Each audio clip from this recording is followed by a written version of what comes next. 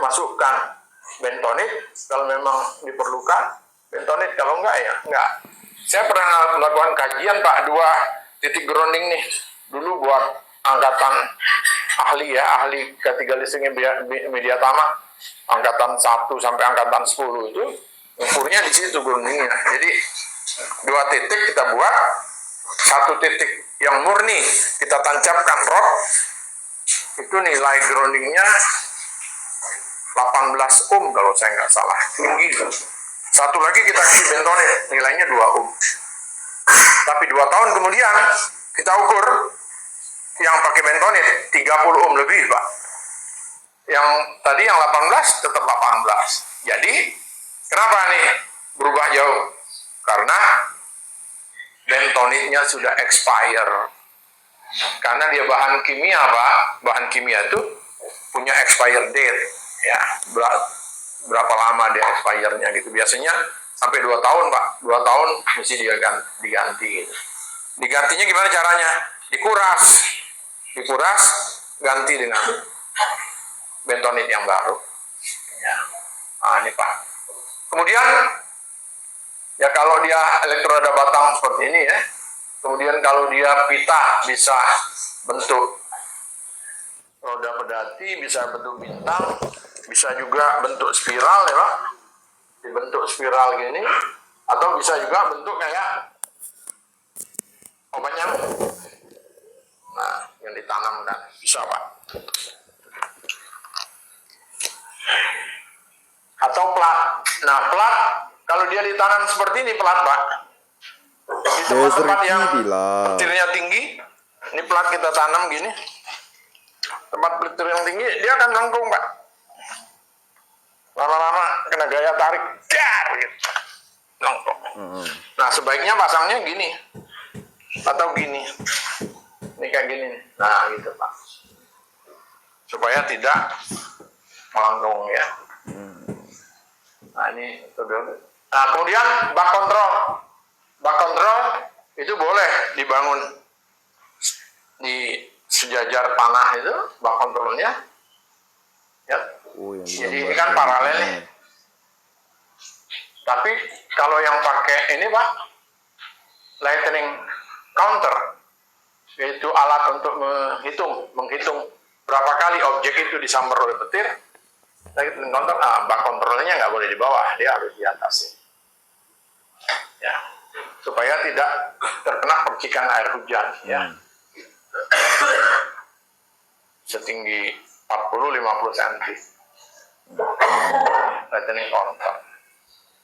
Kemudian pengukuran tahanan pembunyian ya, menurut IEC UIL 2020 ya sekarang ya.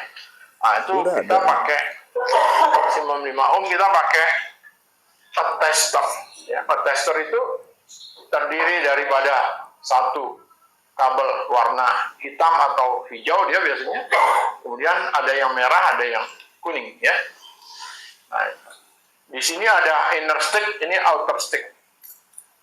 Nah ini kalau versinya Flux ya, ini merek Flux nih Pak, kuning ini.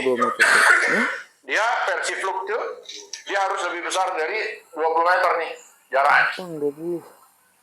Nih, lebih besar dari 20 meter. Ya, garis lurus. Tapi kalau ngikutin Kyoritsu, dia garis lurus, tapi dia 5 sampai 20 meter. Kalau tadi ya, kan itu yang kita pelajarin. lebih dari 25. Lebih dari 20 meter. Kalau ini 5 sampai 10 meter. Jadi ini ke sini 10 meter maksimum, ini ke sini 10 meter. Jadi 20 juga nih, 20. Tapi ini kan 5 sampai 10, berarti bisa jadi berapa satu arah kita bisa jadi 4 kali ngukur. Ke barat 5, 6, 7, 8, 9, 10, 6 kali. Itu. Nanti ke timur 6 kali, ke utara 6 kali, ke selatan 6 kali. Jadi total kita ngukur satu titik itu 24 kali Pak. 24. Kalau mau ngikutin standar 5 yang ada gitu ya, 10 kabel. Kalau kita pakai Hioki, dia nggak garis lurus Pak, sudut 15 derajat, 25 derajat. Beda. Tuh kalau Hioki. Nah, saya sarankan sebelum Bapak menggunakan alat ini, sebaiknya Wih, Bapak apalah ini pinggir alat dulu. ini dibaca dulu petunjuk penggunaannya, karena beda-beda merek, dia beda cara makainya. Kayak tadi nih, loh, ya ini sampai 20 meter, orang yang nggak tahu pakai plug ini dia pakai 5 meter, yang nggak presisi, keukur tapi tidak presisi.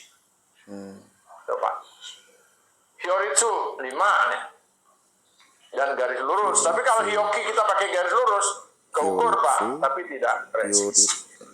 Hyoritsu, Nah, tapi kalau ngukur pakai attestor ini, titik grounding yang diukur itu titik grounding yang dalam keadaan belum terhubung apa-apa.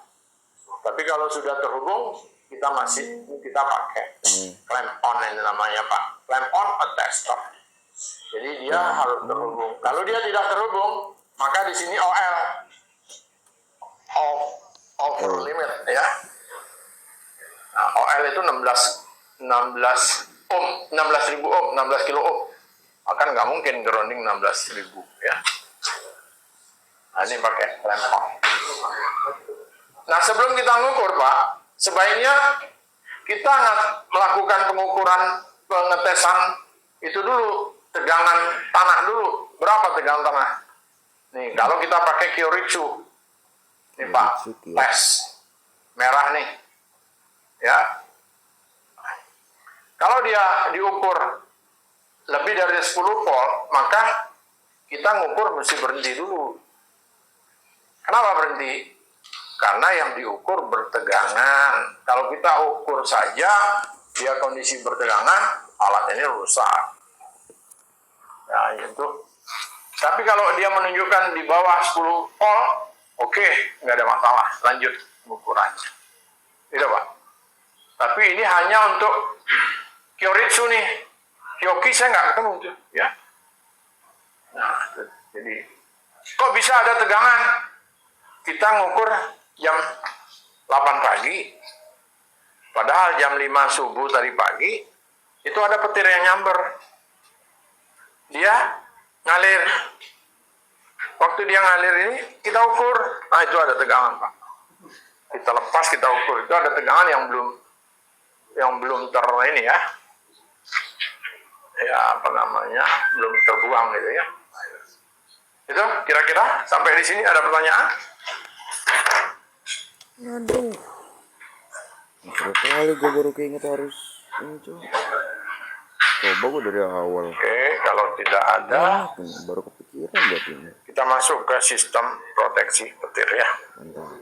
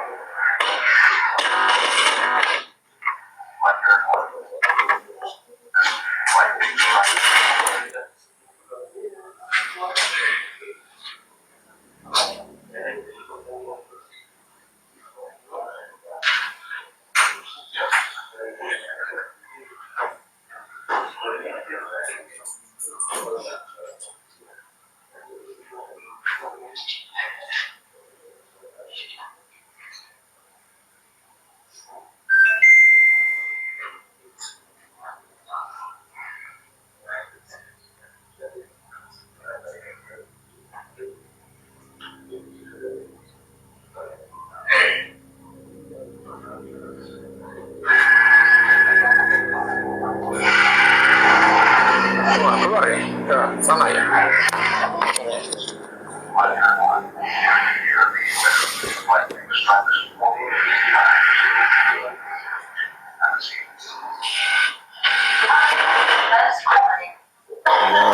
bisa panas karena gue dari materi plasma. summer months. And when you get the heat arriving at the ground, you find the air rising. And as air rises, it cools, it condenses, and it produces fluid as a berkondensasi dari cloud. gas menjadi air. The clouds are just great floating ponds or lakes of water vapor.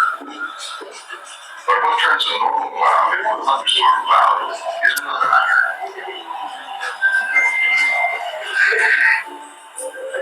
To get a thunderstorm cloud, you've got to have that development of that cloud increasing all the time to make a bigger and bigger cloud. And thunderstorm clouds are the biggest clouds of all. They can extend up to 30,000, 40,000 feet into the atmosphere in some cases. As the cloud grows, drops of water and bits of ice knock and rub against each other, generating electricity on a massive scale.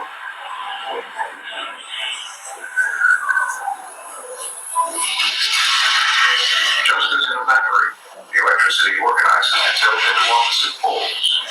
One end of the cloud is positive, and the Atau other neutron. negative. Once like this, the cloud battery Saling is tarik charged, menarik sending out mencapai massive tanah sparks. menjadi This is aliran. lightning. It's 5 times hotter than the sun. It makes the very air explode, which we hear as thunder.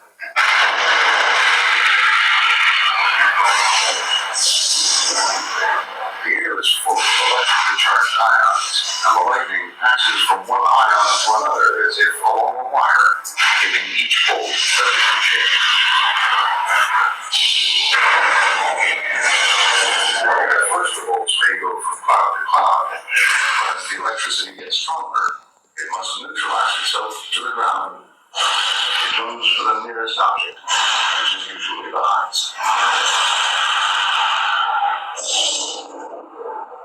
It's wrong to say that it never strikes in the same place twice. Something tall can expect a lot of lightning. The Empire State Building gets hit on average 23 times a year. Its lightning conductors, though, take the electricity safely down the building to the ground. There are times in open country when people can be among the tallest objects around. And in the U.S. every year, lightning strikes about 100 of them. It doesn't have to be raining.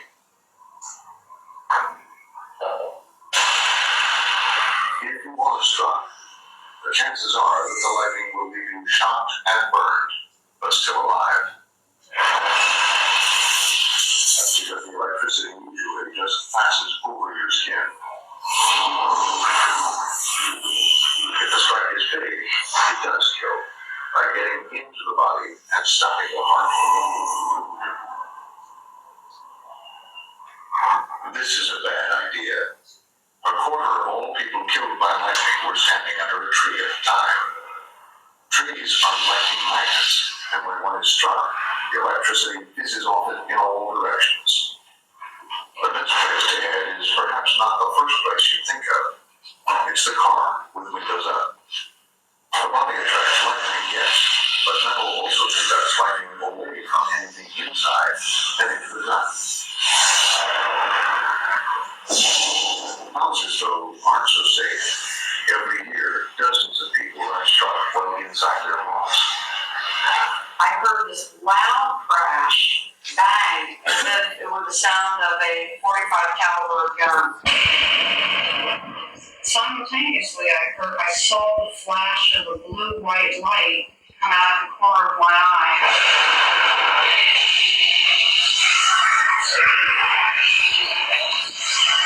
The lightning, relayed by a telephone pole and a fuse box, came in sideways, straight through the glass door.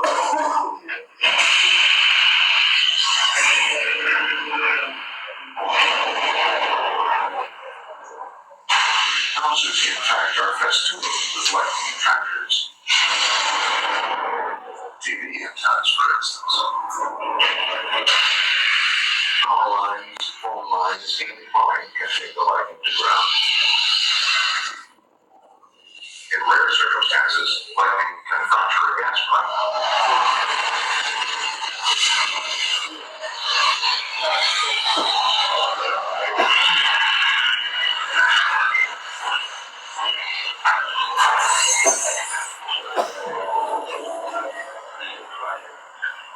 was a lightning spark gas explosion that set fire to an apartment house in Atlanta.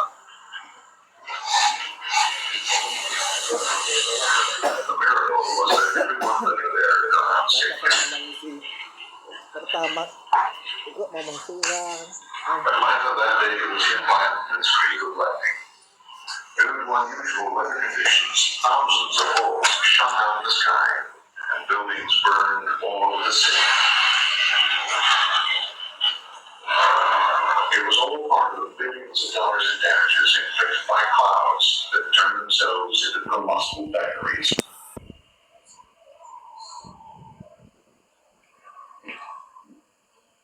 But thunderstorms can be even more deadly. These piles of rubble were